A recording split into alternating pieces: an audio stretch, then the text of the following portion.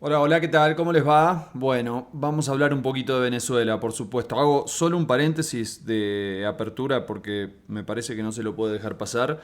Israel está invadiendo en este momento un barrio de Líbano, supuestamente para buscar algunos altos jefes de Hezbollah, pero bueno, se mete ya en una nueva capital, con bombardeos en un nuevo país, si bien ya lo venía haciendo en algunas partes del sur. La verdad que es fuerte, es muy fuerte y es muy impactante cómo la lógica expansionista y cuando ya hay denunciados más de 40.000 víctimas fatales en Gaza, y denuncias de genocidio de por medio por parte de Sudáfrica, apoyada también por otros países. El hecho es verdaderamente terrible y seguramente si no fuera por lo que está pasando en Venezuela, sería el tema central en este momento para todo el mundo, para la región. Lo de Venezuela está siendo central en este momento. Y yo, la verdad que digo por qué. Además, Israel ya viene en varios hechos de injerencia internacional muy, pero muy fuertes, porque, bueno, bombardeó Gaza e invadió Gaza, bombardeó Siria y en Siria la embajada de Irán y luego bombardeó también ahora Beirut, hizo lo suyo también en Yemen con los hutíes. Es muy fuerte, digo, ya son muchos países en los cuales se está involucrando Israel con estrategias expansivas, con maniobras militares que son muy contundentes y que de alguna manera, bueno, digamos que viola cualquier norma del derecho internacional. Esto no es una sorpresa. Pero sí, yendo a Venezuela. A ver, la danza de las actas. Digo para despejar un poco porque hay muchísimo dando vuelta, muchísima información, muchísima opinión, pero hay un tema que se para arriba de las actas. El Consejo Nacional Electoral aún no presentó las actas. Digo a esta hora, ¿no? Estoy grabando esto a las 7:32 de la República Argentina. Hasta donde yo vi, no había presentado las actas, solo el resultado y nada más.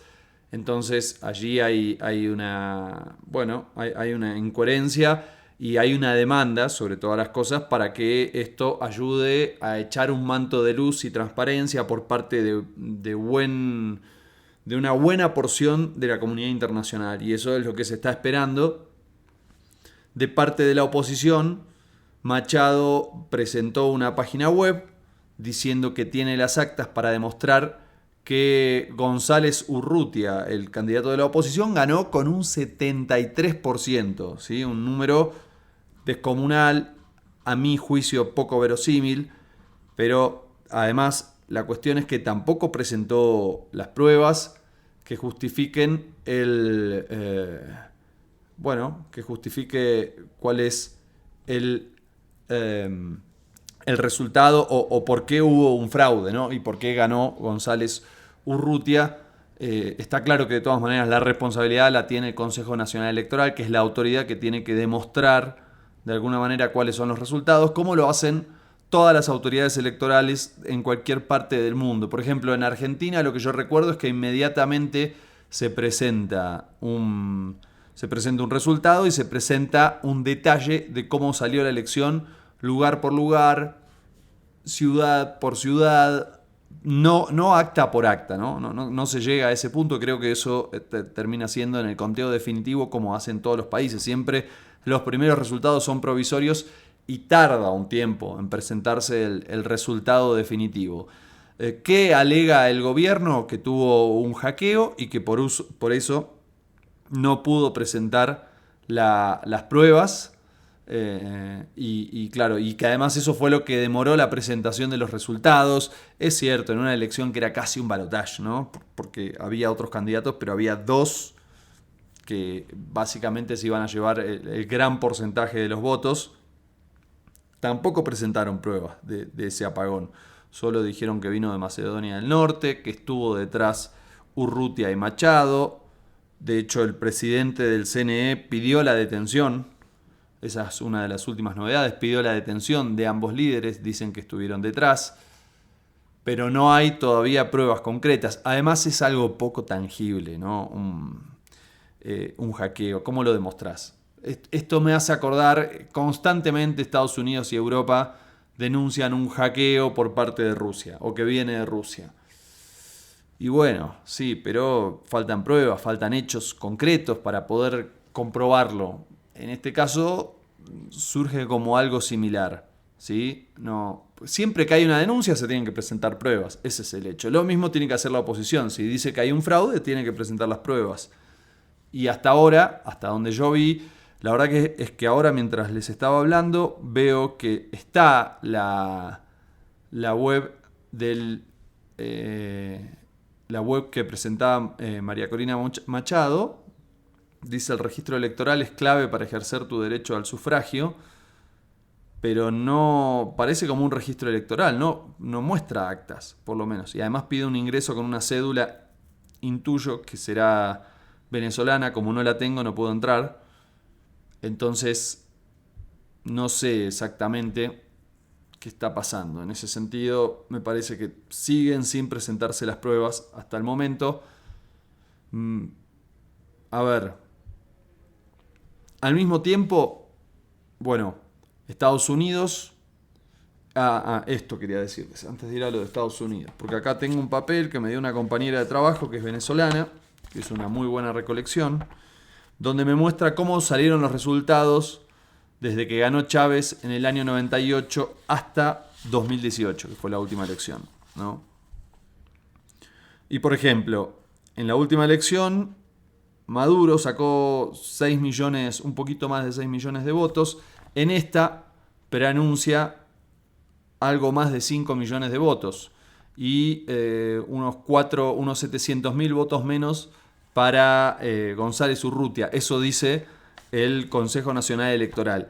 La verdad es que está dentro de los mínimos históricos del chavismo, y también es cierto que hay una oposición que tal vez hubiese tenido una mejor performance si la diáspora, la migración masiva, 7 millones de personas se habla. Hay distintas estadísticas, pero la más alta dice que migraron, que se fueron de Venezuela 7 millones de personas. Es un número altísimo y, bueno, no hay ninguna prueba, pero todo hace suponer que la gran mayoría de esa población hubiese votado en contra de Nicolás Maduro. Pero, claro, no pudieron votar, no estaban inscriptos en los registros, muchos de ellos denunciaron trabas para poder inscribirse. Y entonces eso también explica que tal vez la oposición no tenga resultados tan contundentes, porque, claro, parte de ese voto. Esto me lo dijo incluso una compañera de trabajo que estaba en Venezuela y es que estaba trabajando en Venezuela en la cobertura de las elecciones. Ella me dijo que bueno, ella veía que ganaba, ella muy contraria a Maduro, pero veía que ganaba, lo veía, o sea, lo que olfateaba, ¿no? Sin ninguna prueba concreta, pero lo que olfateaba, y me dice, el problema es que buena parte de los votos opositores están fuera de Venezuela. Entonces, ¿hay algún sentido o alguna correlación con la lectura histórica de lo que presenta el Consejo Nacional Electoral? ¿Alcanza? Evidentemente no, porque hay una oposición que no lo reconoce, que siempre es un problema y lo torna controversial. Hay también una comunidad internacional que empieza a exigir algunas respuestas más contundentes. Entonces, bueno, ahí hace falta más, evidentemente, hace falta más por parte del Consejo Nacional Electoral, la autoridad electoral de Venezuela. Lo cierto también es que, esto lo contaba un poquito en mi cuenta de Twitter,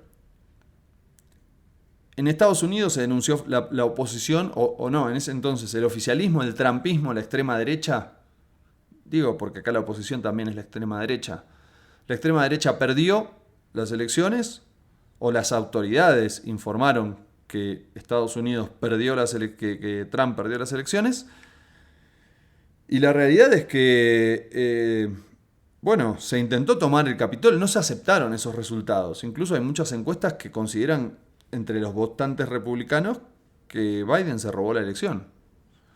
¿Por qué no se quedó? ¿Por qué no funcionó el asalto al Capitolio? Y porque las fuerzas de seguridad al final defendieron a Joe Biden y la versión, la narrativa de que ese había sido el resultado. Obviamente nosotros desde acá no lo podemos comprobar, no lo sabemos. ¿Qué pasó en Brasil? Ganó por un estrecho margen Lula da Silva, Luis Ignacio Lula da Silva. ¿Qué hizo la oposición? Desconoció los resultados. Al día siguiente fue a llevar adelante cortes, interrupciones en varias vías, protestas y finalmente todo culminó con el asalto al Palacio del Planalto y los otros poderes del Estado por parte de una enorme manifestación de bolsonaristas que rechazaron los resultados electorales. Y no sé qué pasa con ese electorado, porque fue muy grande el porcentaje de votos que sacó Bolsonaro, si bien perdió, según las autoridades electorales, según la información brindada por las autoridades electorales. Y entonces, ¿por qué? Otra vez volvemos con la misma pregunta. ¿Y por qué no funcionó el asalto al Planalto? El asalto a la Casa de Gobierno brasileña. Porque las Fuerzas Armadas dijeron el resultado fue el que dictó el Tribunal Electoral. Distinto hubiese sido si consideraban lo contrario.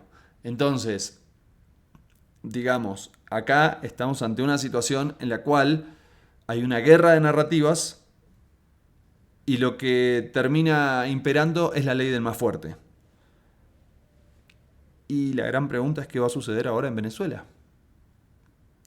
No por casualidad uno lo escuchó a Macri, lo escuchó a Milei, sobre todo a Macri, y lo escuchó y escucha permanentemente desde antes de las elecciones y ahora también a la oposición venezolana, hacer un llamado a las Fuerzas Armadas, a las Fuerzas Armadas venezolanas. Incluso hoy se conoció el tuit, el mensaje de Bolton, un diputado, una autoridad estadounidense muy reconocida, llamando nuevamente a las Fuerzas Armadas, que además hoy rechazaron ese pedido, a que depongan a Maduro directamente, ¿sí? Entonces, es complejo el tema, porque es una guerra de narrativas y esa guerra claramente empezó antes de que comiencen las elecciones y antes de que se publiquen los resultados.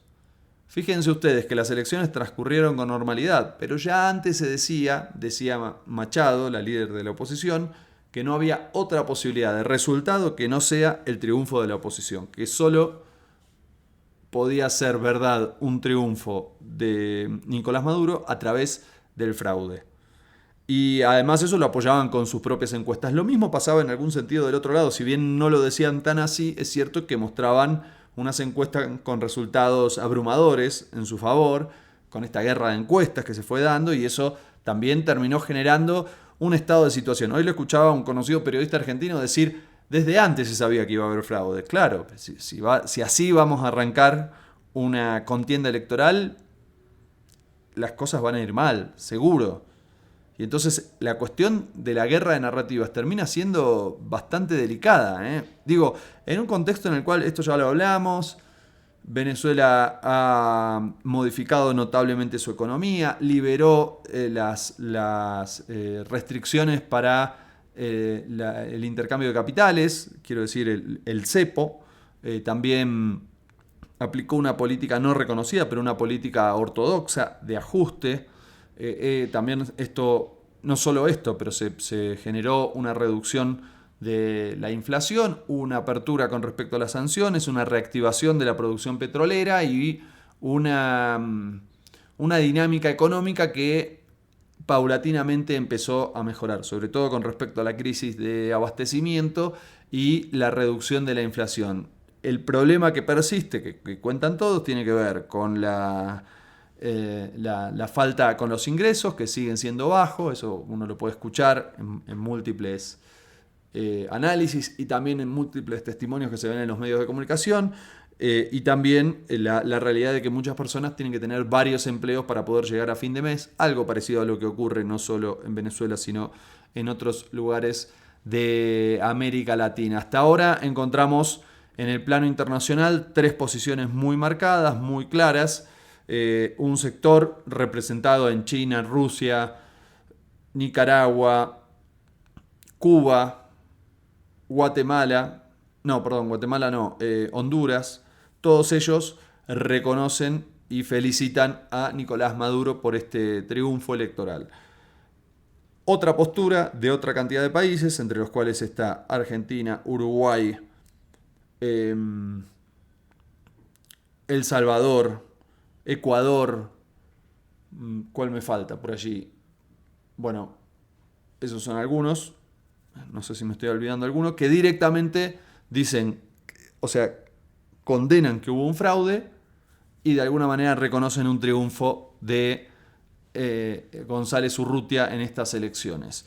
Y después nos encontramos con una tercera narrativa, me parece que más grande y más influyente, en la que está Brasil, en la que está Andrés Manuel López Obrador, el presidente de México, aparentemente Joe Biden, el presidente de Estados Unidos, y la Unión Europea, que no califican los hechos como un fraude y que tampoco felicitan ni reconocen el triunfo de Nicolás Maduro, sino que piden que se abran las actas y que se permita auditar este resultado electoral.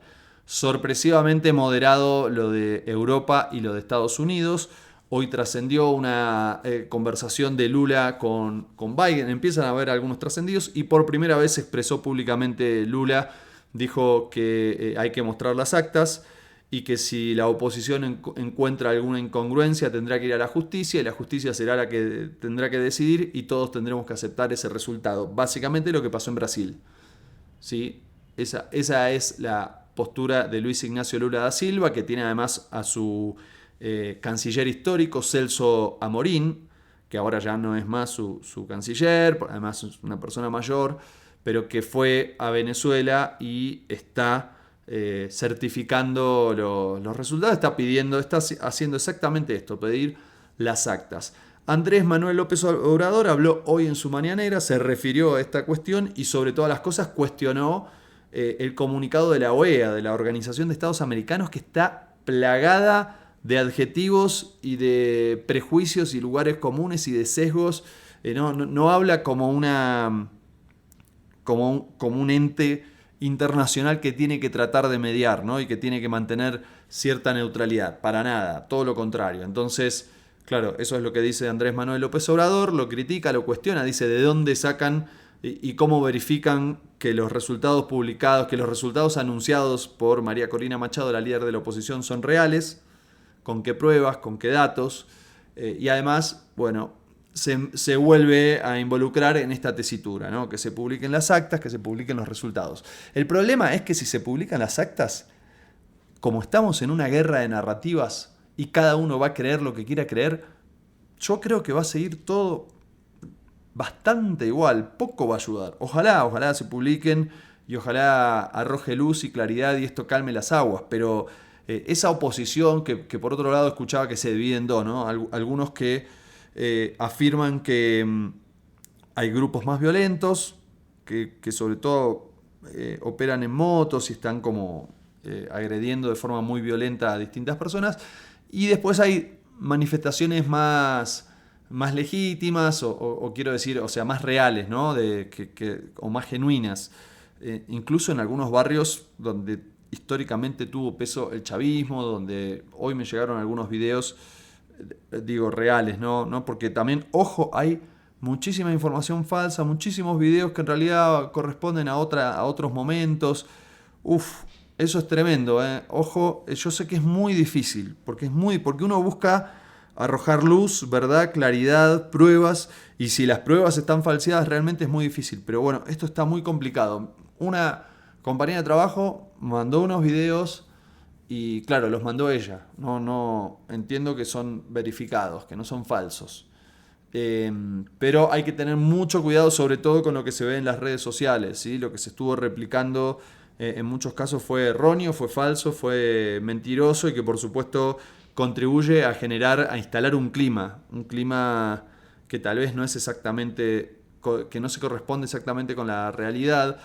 Pero lo que quería decir es que como estamos en una guerra de narrativas, por más que se presenten las actas, la deriva violenta, la deriva de las creencias y de las narrativas, todo parece indicar que va a continuar. ¿Y por qué? Porque la realidad es que, ¿qué va a decir la oposición? Que las actas son truchas y que las actas que ellos tienen son las verdaderas, porque hoy por hoy sabemos que se pueden fraguar las actas. Cada uno puede decir, no, estas son las actas con mi firma. Bueno, por eso tal vez sí es importante el rol de las misiones de observación. Eso sí, yo creo que está bien porque mantienen cierta neutralidad y también tienen métodos para poder auditar. El ciudadano común de a pie no puede auditar una elección. Eso es una realidad. Entonces, es complicado el asunto. Sí, también es cierto que hasta ahora no encontré demasiadas autoridades de mesa, que yo preguntaba a muchos compañeros de trabajo venezolanos cómo funciona, y me contaban que es muy parecido a cómo funciona en la Argentina. O sea, por sorteo se designa un ciudadano X que va a ser el presidente de mesa, ¿sí? O la autoridad de mesa, y que va a ser el máximo responsable del acta. No veo una horda de miles y miles de fiscales diciendo se fraguaron las actas. Claro, todavía no se publicaron, es cierto, pero eso, habrá que verlo, ¿sí? El panorama es incierto, es complejo. Muchos analistas dicen que esto va a escalar. Esperemos que no suceda, esperemos que pase lo que pase, al menos se pueda esperar todo sin violencia, ¿no? Que actúen las autoridades, que se hagan todas las verificaciones, pero sin que sufra la población con hechos violentos, porque realmente esto es de lo peor, venga de donde venga, ¿no? Yo soy un firme defensor del derecho a manifestarse en cualquier instancia, sin represión, y me parece que eso... Distinto es cuando ya viene un grupo como esos grupos que vimos, que vienen en motos, encapuchados. Eso sí, eso me imagino que requiere la protección de los ciudadanos ya con los cuerpos más especializados. Pero un cacerolazo, una manifestación, venga de donde venga, es legítima y no tiene por qué recibir la violencia ni en Venezuela ni en ningún país del mundo. Cosa que lamentablemente en muchas ocasiones no se respeta. Lo digo por Argentina, que es lo que más conozco, donde las últimas marchas en contra de la ley Bases fueran violentamente reprimidas, acusadas de terrorismo. Ese mood no va ni para Argentina ni para ningún otro país. Y lo digo en relación a que no me importa qué postura política tenga. Nunca la manifestación se tiene que reprimir bajo ningún caso, ¿sí? Bajo ningún punto de vista, y en esto no vale aplicar un doble estándar. Así que mañana vamos a seguir con más información sobre lo que está pasando en Venezuela y en el mundo.